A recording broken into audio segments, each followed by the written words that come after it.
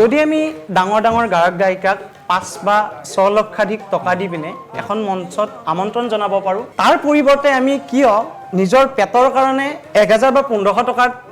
যেনেকুৱা লোকশিল্পীসমূহ আছে, মই পইচাৰ লগত তুলনা কৰা নাই, একদম কম পইচাত যিখিনি আমাৰ লোকশিল্পীসমূহ আছে, কিয় আমি এখন মঞ্চ দিব নোৱাৰোঁ?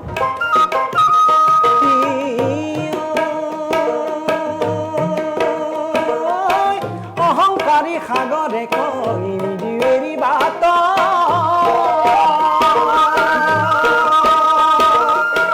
ৰাৱণ দেখত এটা থাকি বুনিৰ ঘাট থাকি বুনিৰ ঘাট। ওচৰ চুবুৰীয়া মানুহখিনিৰ পৰা যিখিনি সহায় সহযোগিতা পাব লাগিছিল সেইখিনি কোনোবা নহয় কোনোবাখিনিত কমকৈ পাওঁ কিজানি। অভাৱৰ চিত্ৰখন দেখিছোঁ, অভাৱৰ মানচিত্ৰখন দেখিছোঁ, আৰু মানচিত্ৰখনত থকা সেই অভাৱৰ সংজ্ঞাৰ পৰাই আজি মই নিজে ওলাই আহিছোঁ। গতিকে মই এটা পইচাৰ মূল্য বুজোঁ। ও খালকি চুটি খালকি কোন দেশে যাবি, ও আমার দেশে যাবি খালকি আইকেলা পাবি, ও আমার দেশে যাবি খালকি আইকেলা পাবি। যদি আপোনাৰ পৰিয়ালত ভাল জনপ্ৰিয় কণ্ঠশিল্পী নাই, যদি ভাল ডাঙৰ গায়ক গায়িকাৰ যদি আপুনি যদি সন্তান নহয়, তেতিয়াহ'লে কোনোবা নহয় কোনোবাখিনিত আপোনাৰ বাধা হয় যে এজ এ আপোনাৰ মানে নিজক প্ৰতিষ্ঠা কৰাটো কোনোবা নহয় কোনোবাখিনিত প্ৰাচীৰ হিচাপে আহি যায়।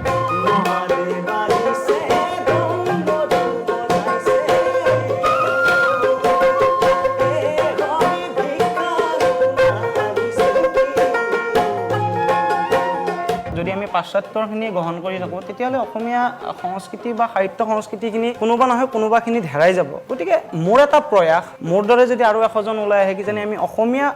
সমাজখনে নিজৰ সংস্কৃতিৰ যোগেদি বিশ্ব দৰবাৰত নিজকে প্ৰতিষ্ঠা কৰি তুলিব পাৰিম বুলি মোৰ দৃঢ় বিশ্বাস আছে। নমস্কাৰ, টাইমেটৰ বিশেষ অনুষ্ঠান সুবাসলৈ স্বাগতম জনাইছোঁ। মই ৰঞ্জন হাজৰিকা। সুবাসৰ জৰিয়তে ৰাজ্যৰ বিভিন্ন প্ৰান্তত থকা সুপ্ত প্ৰতিভাসমূহ আমি উলিয়াই আনিবলৈ চেষ্টা কৰোঁ আৰু অনুষ্ঠানত আমি আপোনালোকক দেখুৱাবলৈ চেষ্টা কৰোঁ। আজি সুবাসত উপস্থিত আছে লোকগীতৰ চৰ্চা কৰি যোৱা নৱপ্ৰজন্মৰ এগৰাকী যুৱক খনীন্দ্ৰ ডেকা। প্ৰথমে আমি এটা প্ৰতিবেদন যুগুত কৰিছোঁ, প্ৰতিবেদনটো দেখুৱাবলৈ চেষ্টা কৰিছোঁ। নৱপ্ৰজন্মৰ এজন প্ৰতিভাৱান যুৱক খনীন্দ্ৰ ডেকা সোঁতৰ বিপৰীতে আগবাঢ়ি চৰ্চা কৰিছে লোকগীত।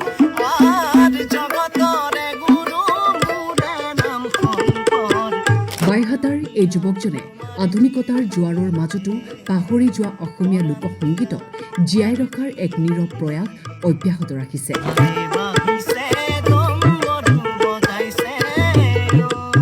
দতৰা আৰু খুঞ্জুৰিৰ সুৰত এটাৰ পিছত আনটো পুৰণি লোকগীত পৰিৱেশন কৰি খনীন্দ্ৰই লোক সংস্কৃতিৰ প্ৰতি নিজৰ গভীৰ অনুৰাগ প্ৰকাশ কৰি আহিছে।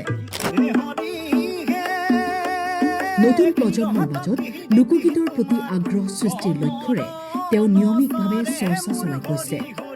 পুৰণি ঐতিহ্যক বুকুত সাৱটি ধৰি নতুনত্বক আদৰাৰ মানসেৰে আগবাঢ়ি যোৱা খনীন্দ্ৰ ডেকা আজি বহু যুৱকৰ বাবে এক অনুপ্ৰেৰণাৰ নাম। অসমীয়া লোক সংস্কৃতি সংৰক্ষণৰ এই যাত্ৰাত তেওঁৰ এই প্ৰচেষ্টা নিঃসন্দেহে প্ৰশংসনীয়। তিনিগৰাকী শিল্পী খনীন্দ্ৰ ডেকা, ভগৱান ডেকা, পাৰ্থপ্ৰতিম শৰ্মাৰ সৈতে আজি টাইম 8ৰ বিশেষ অনুষ্ঠান সুবাস। আৰু এয়া আছিল খনীন্দ্ৰ ডেকাৰ বিষয়ে কিছু চমু আভাস দিবলৈ চেষ্টা কৰিছোঁ। খনীন্দ্ৰ ডেকাই নৱপ্ৰজন্মৰ মাজত সোমাই গৈছে। লোকগীত যিহেতু আমাৰ সমাজৰ পৰা হেৰাই যাবলৈ ধৰিছে, আৰু সেই সময়তে খনীন্দ্ৰ ডেকাই লোকগীতৰ চৰ্চা কৰি থকা দেখিবলৈ পাইছোঁ। আৰু খনীন্দ্ৰ ডেকা, আপোনাক স্বাগতম জনাইছোঁ। লগত উপস্থিত আছে বাদ্য সংগত কৰিব বাঁহীবাদক পাৰ্থপ্ৰতিম শৰ্মা, আপোনাকো স্বাগতম জনাইছোঁ। লগত উপস্থিত আছে আমাৰ দতৰা সংগত কৰিব ভগৱান ডেকা। আৰু এই মুহূৰ্তত আমি অনুষ্ঠান আৰম্ভ কৰিবলৈ লৈছোঁ। বহু কথা পাতিম, তেওঁলোকৰ সৈতে কথা পাতিবলৈ চেষ্টা কৰিম। প্ৰথমে আমি এটি লোকগীতেৰে এই অনুষ্ঠান আৰম্ভণি কৰিবলৈ বিচাৰিছোঁ।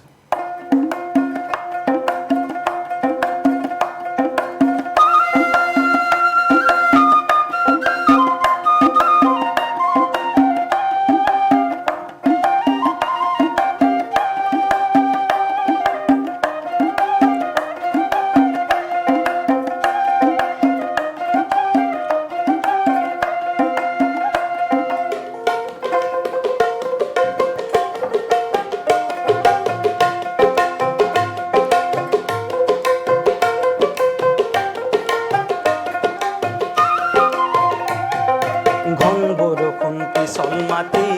লাহে লাহে দিবা পাও আজুবি নন্দ ঘৰে যাও ঘন বৰষুণ পিছল মাটি লাহে লাহে দিবা পাও আজুবি নন্দ ঘৰে যাও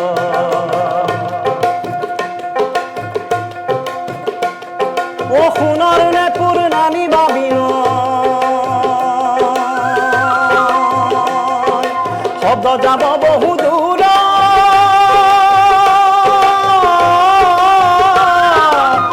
আহাৰ বকুলৰ গোপী খব প্ৰাণ বৰি শুনিলে বলিব চুৰকে ঘন বৰষুণ পিছল মাটি লাহে লাহে দিবা পাও আজুবি নন্দ ঘৰে যাও ঘন বৰষুণ পিছল মাটি লাহে লাহে দিবা পাও আজুবি নন্দ ঘৰে যাও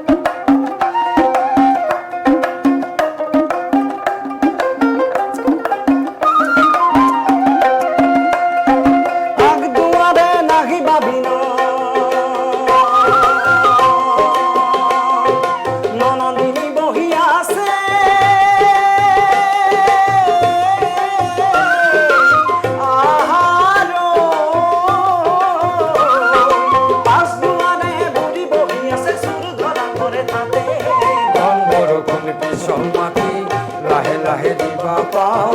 আজুবি নন্দ ঘৰে যাও ঘন বৰষুণ পিছল মাটি লাহে লাহে দিবা পাও আজুবি নন্দ ঘৰে যাও ঘন বৰষুণ পিছল মাটি লাহে লাহে দিবা পাও আজুবি নন্দ ঘৰে যাও ঘন বৰষুণ পিছল মাটি লাহে লাহে দিবা পাও আজুবি নন্দ ঘৰে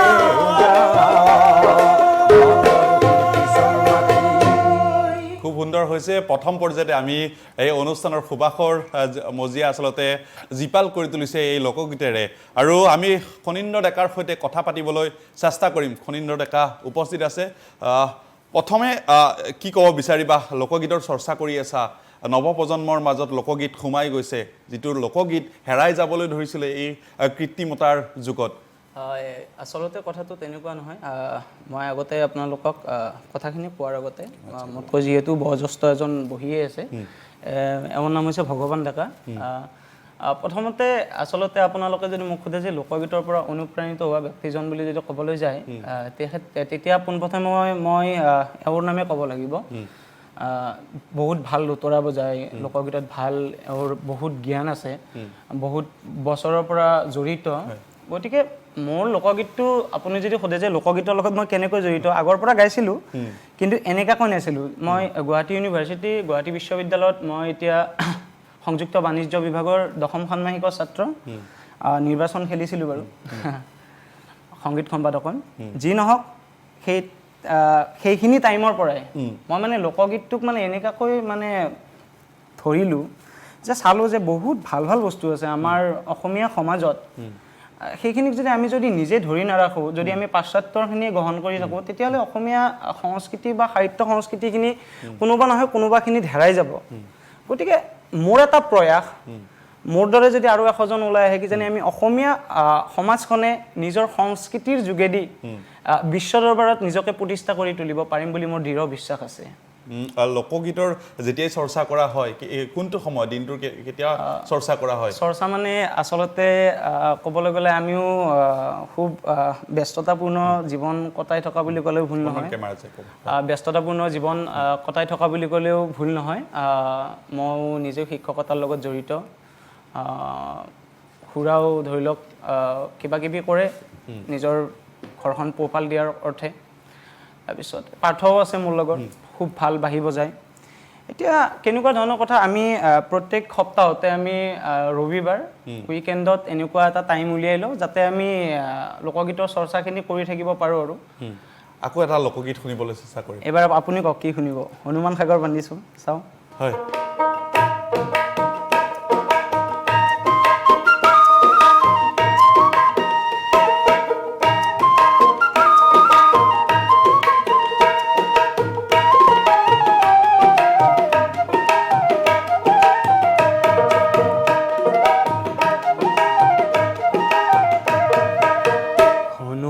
সাগৰ বান্ধা চাওঁ সীতাৰ নিমিত্তে আমি যুদ্ধ দিবা যাওঁ হনুমান সাগৰ বান্ধা চাওঁ হনুমান সাগৰ বান্ধা চাওঁ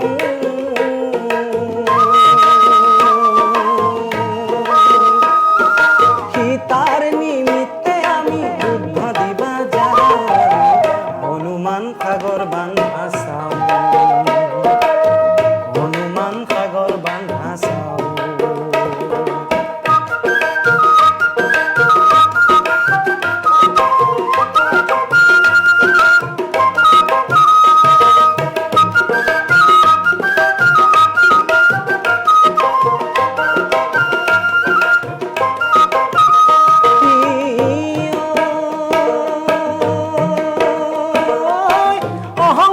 সাগৰে কহিম দিৱেৰী বাত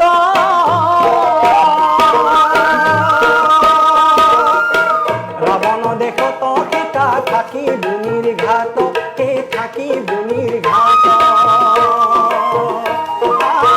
ঢৌ আহে ঢৌ যায় যেন খাওঁ খাওঁ হনুমান সাগৰ বান্ধা চাওঁ হনুমান সাগৰ বান্ধা চাওঁ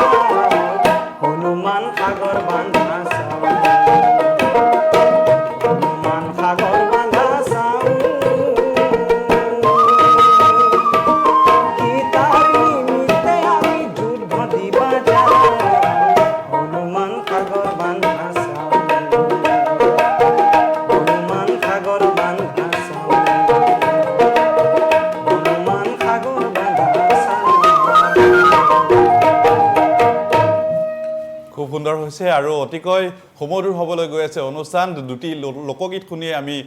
অনুমান কৰিব পাৰিছোঁ দৰ্শকসকলেও নিশ্চয় অনুমান কৰিব পাৰিছে খনিন্দ ডেকাৰ প্ৰতিভা কিমান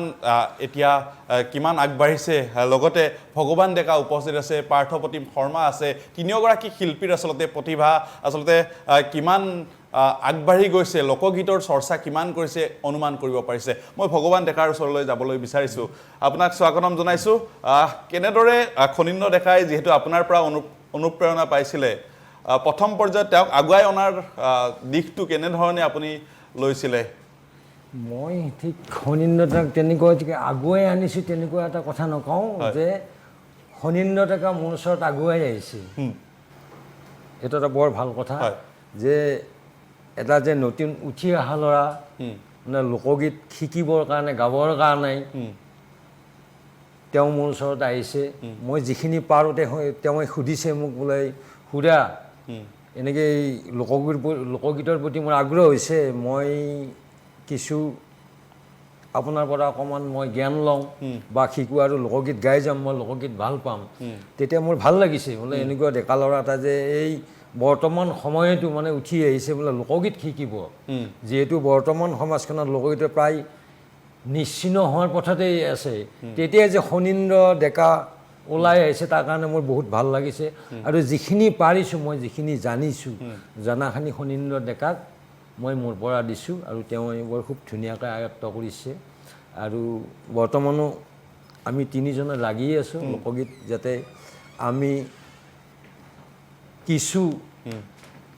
আগবঢ়াই নিব পাৰোঁ তাৰ ক্ষেত্ৰত আমি লাগিয়ে আছোঁ আৰু এই ক্ষেত্ৰত ফণীন্দ্ৰ ডেকাও বিভিন্ন অনুষ্ঠানত এতিয়া মানে প্ৰগ্ৰেম কৰি আছে লোকগীতৰ তাক কওঁ কেতিয়াবা বোলে নাই মই লোকগীতেই গাম দেই মানে লোকগীত আমাৰ যিহেতু আমাৰ জাতীয় সত্তাৰ গীত কেঁচা মাটিৰ গুণ য'ত আছে এইবিলাক গীত ভাল পাওঁ এতিয়া ফণীন্দ্ৰ ডেকাই মানে এইবিলাক গীতেই লৈছে আৰু ফণীন্দ্ৰ ডেকাৰ লগত আছোঁ আৰু থাকিম আপোনাৰ সময়খিনিত তেতিয়া লোকগীত কেতিয়া চৰ্চা কৰিছিলে আপুনি কিমান সময়ৰ পৰা চৰ্চা কৰিছিলে লোকগীত তাৰপিছত ফণীন্দ্ৰ ডেকা আহিলে নৱপ্ৰজন্মৰ মই আচলতে লোকগীত খুব সৰুৰ পৰা মানে মনত আছে পঞ্চমমান শ্ৰেণীৰ পৰা মই লোকগীতৰ প্ৰতি আগ্ৰহ হৈছিল আৰু তেতিয়া সেই সময়ত মোৰ মনত আছে যে তেতিয়া আমাৰ অসম আন্দোলন মানে ভৰপক হৈছিল তেতিয়াই মই লোকগীতৰ মানে আমাৰ হাইস্কুল দগাঁও হাইস্কুল তাত মানে নৱগত আদৰণি সভা হৈছিল কিন্তু এনেকুৱা নাজানো মই যে তেতিয়া এটা গীত লিখিছিলোঁ নে লোকগীত আকাৰে মানে এই গীতটো লিখিছিলোঁ লিখি তেতিয়াই গাইছিলোঁ কিন্তু সেই গীতটো মই লিখা যদিও মানে গীতটোত ভাল পাই তাৰমানে আমাৰ অসম আন্দোলনক লৈ লিখি তেতিয়া পঞ্চমমান শ্ৰেণীতে গীতটো লিখিছিলোঁ আৰু তাতে এটা মোক পুৰস্কাৰ দিছিল তাৰপিছত মই আৰু অনুপ্ৰেৰণা পাই মানে লোকগীতৰ লগত বৰ্তমান লাগিয়ে আছোঁ অসমৰ লোকগীতৰ বিভিন্ন শিল্পীৰ লগত মই মানে লগ হৈছোঁ তেখেতসকলৰ আশীৰ্বাদ লৈছোঁ প্ৰতিমা পাণ্ডে বৰুৱাৰ লগত বাইদেউৰ লগতো মই কিছু বছৰ আছোঁ তেখেতৰ লগতো শিকিছোঁ কিছু এনেকৈ মানে লাগি আছোঁ বৰ্তমানো লাগি আছোঁ লোকগীততে লাগি আছোঁ আৰু আকৌ লাগি থাকক পাৰ্থপ্ৰতিম শৰ্মা বাইৰ সৈতে কেতিয়া জড়িত হৈছে আৰু লোকগীতৰ সৈতে কেতিয়াৰ পৰা জড়িত হৈছে হয় প্ৰথমতে মই টাইম এইটৰ সকলো বিষয়ববীয়া কৰ্মকৰ্তালৈ ধন্যবাদ জনাইছোঁ আমাক এইদৰে নিমন্ত্ৰণ জনোৱাৰ বাবে এতিয়া কথাটো হ'ল কি মানে যেতিয়া মই ফাৰ্ষ্ট ইয়াৰত পঢ়ি থাকোঁ পূব কামৰূপ কলেজ তেতিয়া মানে মোৰ দাদা এজনে বাঁহী বজাইছিল ভাৰ্গৱ ৰাজবংশী বুলি তেওঁ গৌৰীশ্বৰৰ হয় তেওঁৰ লগতে মানে কি মই তেওঁক বজোৱা দেখি পেলাই আৰু মানে আগ্ৰহটো আহি গ'ল আৰু মোৰ তাৰপিছত মই তেওঁৰ ওচৰতে মই এনেকৈ শিকিলোঁ তাৰপিছত বেলেগ বেলেগ গুৰু ল'লোঁ এনেকৈ আৰু বাঁহীটো চৰ্চা কৰি লৈ গৈ আছোঁ আৰু এনেকুৱা এটা লোকগীত শুনিবলৈ চেষ্টা কৰিম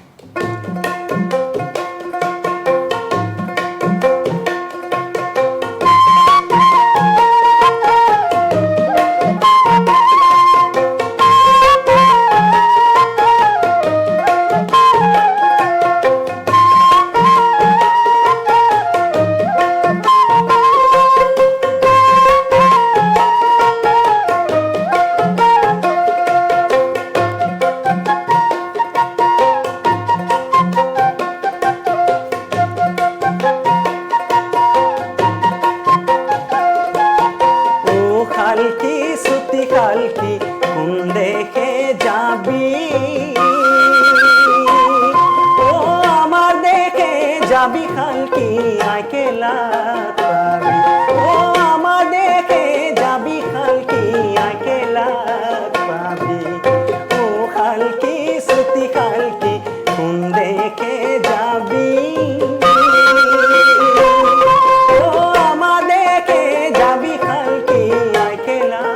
পাবি ও আমার দেখে যাবি খালকি আইকেলা পাবি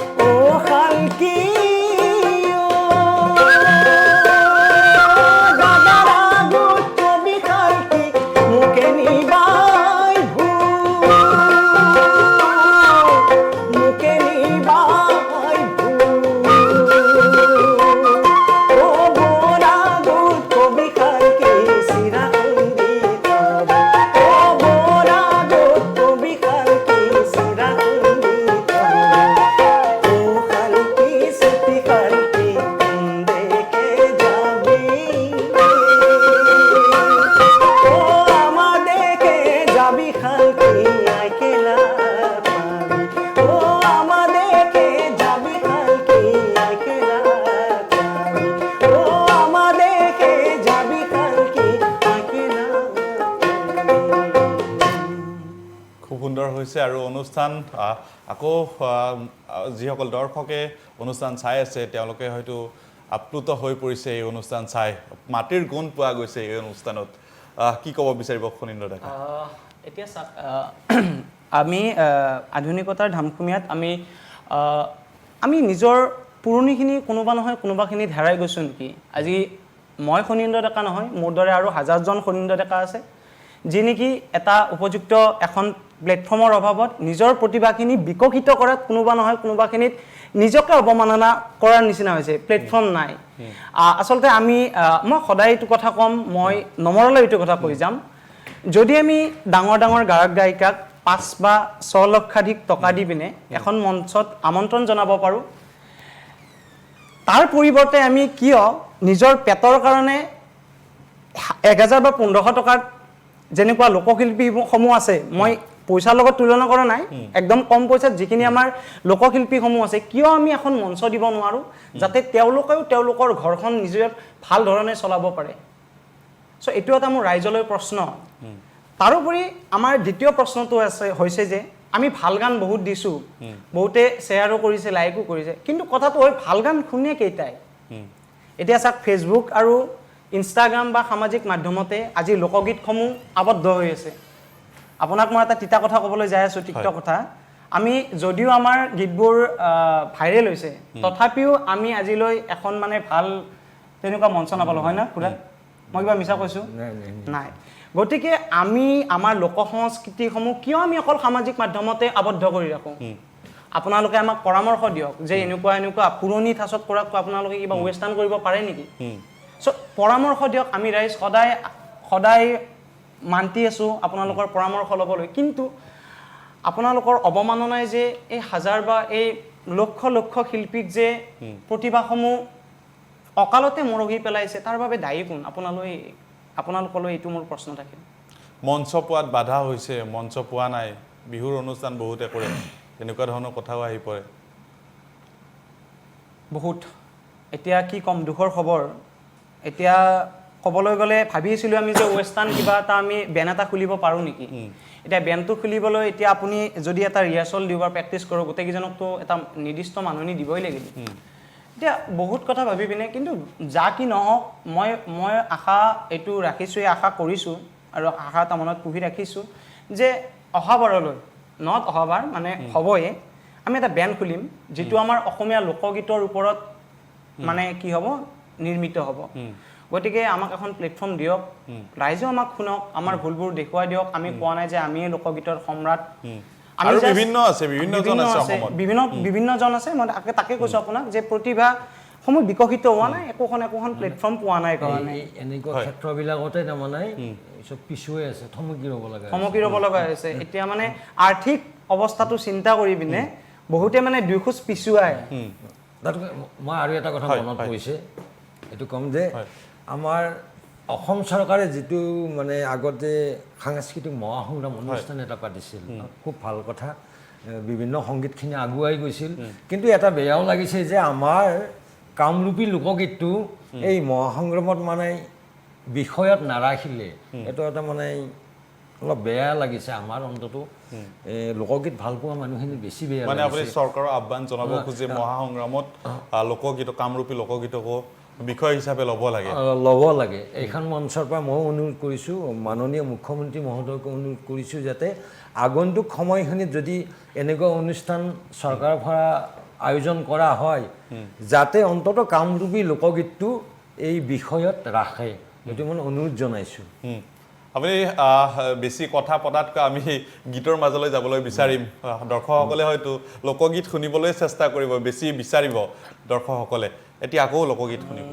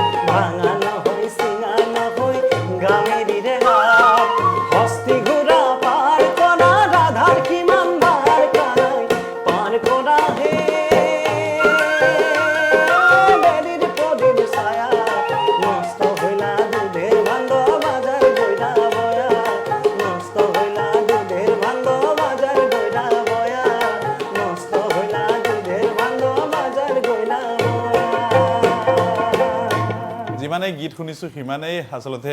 মাটিৰ গুণ বাৰে বাৰে পাই গৈছোঁ কামৰূপীয়া যি মাটিৰ গুণ সেই মাটিৰ গুণ মাটিৰ সুবাস পাবলৈ আমি সক্ষম হৈছোঁ খনীন্দ্ৰ ডেকা যিহেতু লোকগীতৰ চৰ্চা কৰি গৈছে যেতিয়া যিকোনো কামত ওলাই যোৱা হয় বহুতে হয়তো বন্ধুবৰ্গ হয়তো ডিস্কো বা ডিজে গান শুনি ভাল পায় হিন্দী গান শুনি ভাল পায় কামৰূপী লোকগীত তেনেকুৱা ধৰণৰ ময়ো পাওঁ তেনেকুৱা কিবা পাইছে নেকি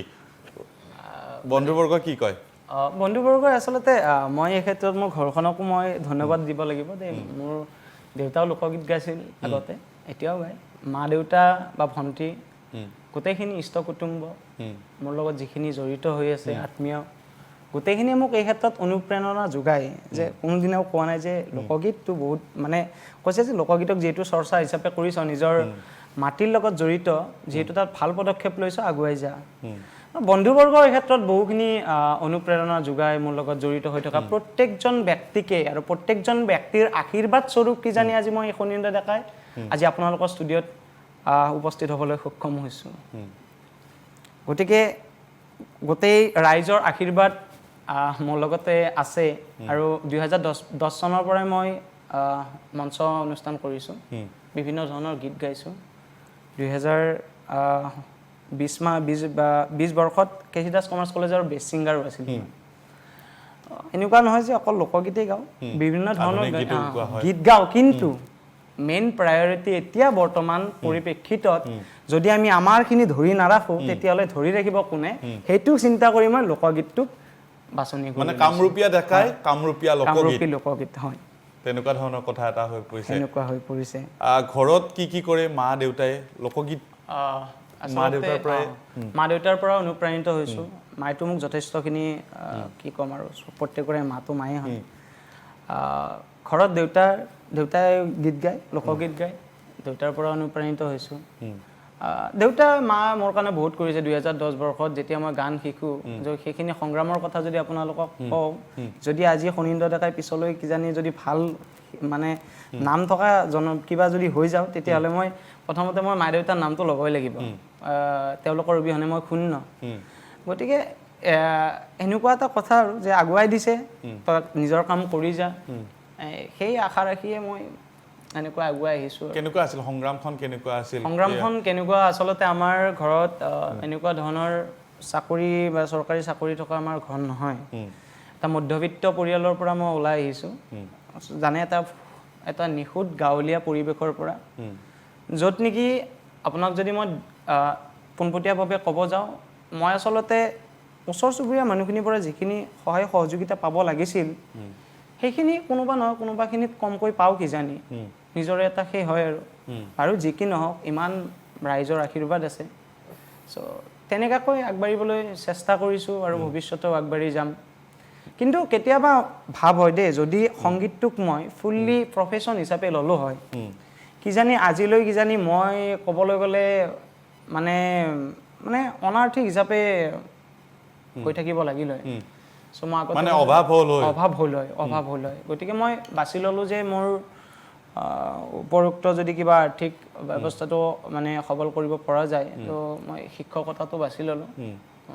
এতিয়া শিক্ষকতা কৰি আছে এতিয়া তামোলপুৰ কেন্দ্ৰীয় বিদ্যালয় এজ এ কণ্টেক্সুৱেল টিচাৰ বাৰু কেতিয়া আহিছিলে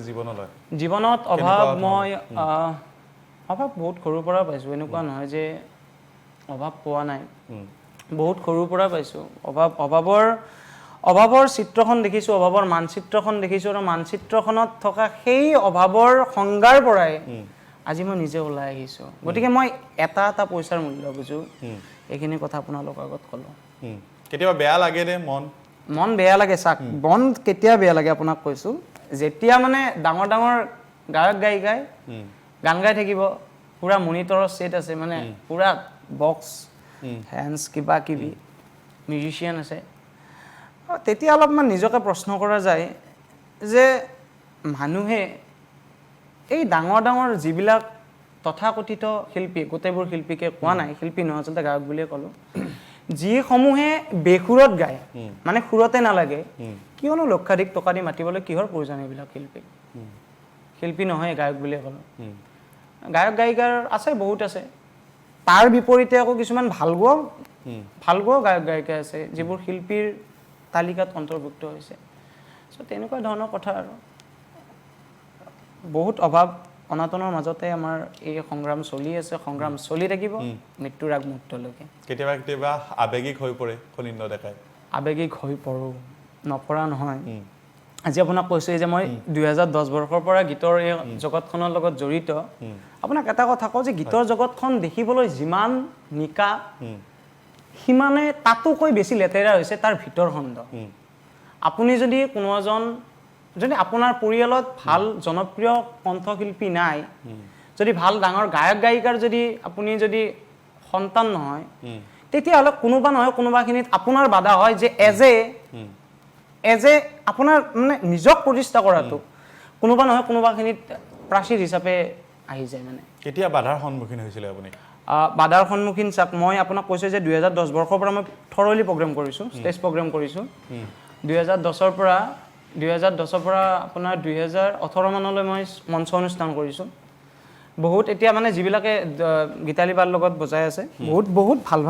মানে বাদ্যযন্ত্ৰী মোৰ লগত বজাইছে এনেকুৱা নহয়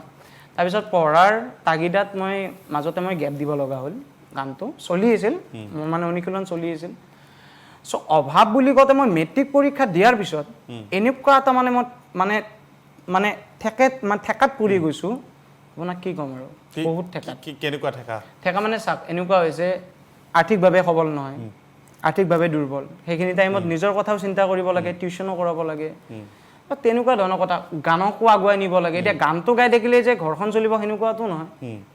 কাৰণ আমি মই আগতে যিটো প্ৰপাৰ এখন প্লেটফৰ্ম নাপাওঁৱে য'ত নেকি আমাৰ য'ৰ পৰা আমাৰ ইনকামেই নাই এইটো এটা জাষ্ট আমাৰ মানসিক শান্তিহে মেণ্টেল পিচ সেইবাবেহে আমি এইটোক মানে বৰ্তমান যদি আপুনি সোধে যে আমি সেইবাবেহে বাছনি কৰি লৈছোঁ খুব আৱেগিক মুহূৰ্ত পাৰ কৰিছে খনিন্দ ডেকাই এতিয়া এটা আকৌ লোকগীত শুনিবলৈ চেষ্টা কৰিম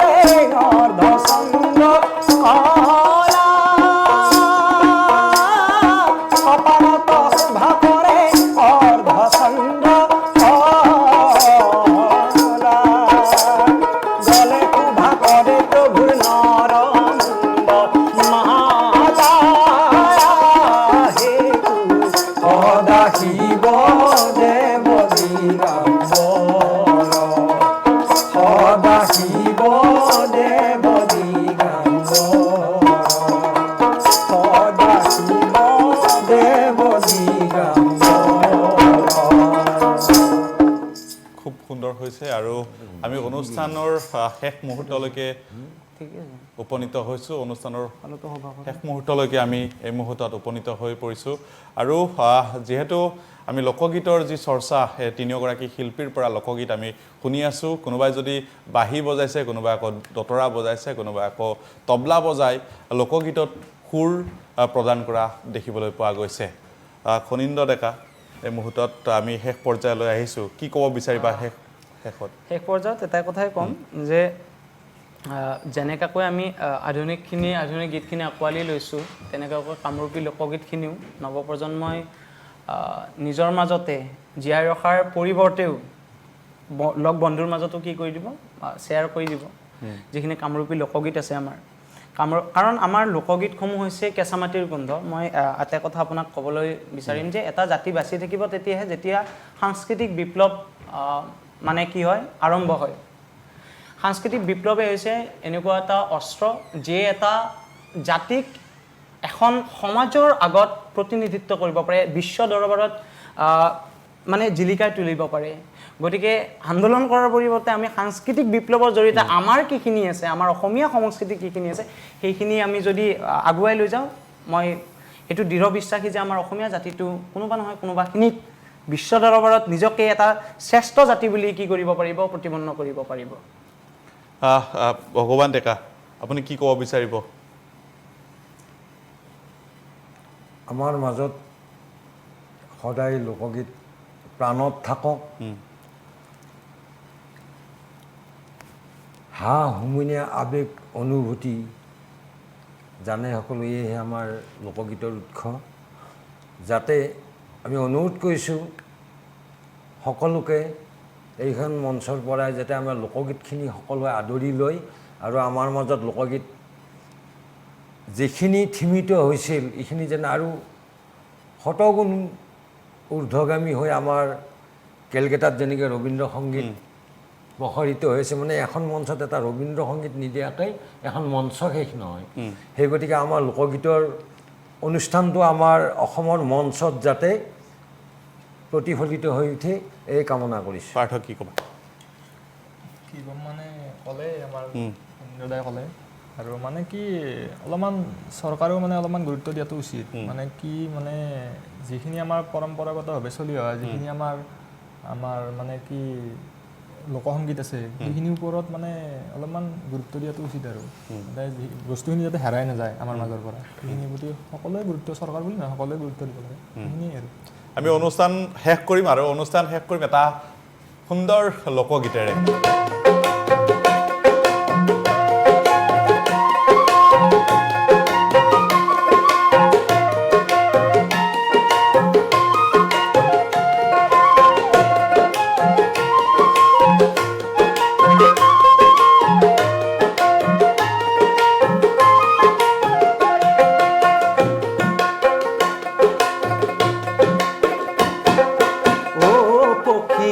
রয়া যা রে ও পক্ষী রয়া যা রে পক্ষী রয়া যা রে আমার শীতর কথা তোয়া যা রে পক্ষী রয়া যা রে আমার শীতর কথা তোয়া যা রে পক্ষী রয়া যা রে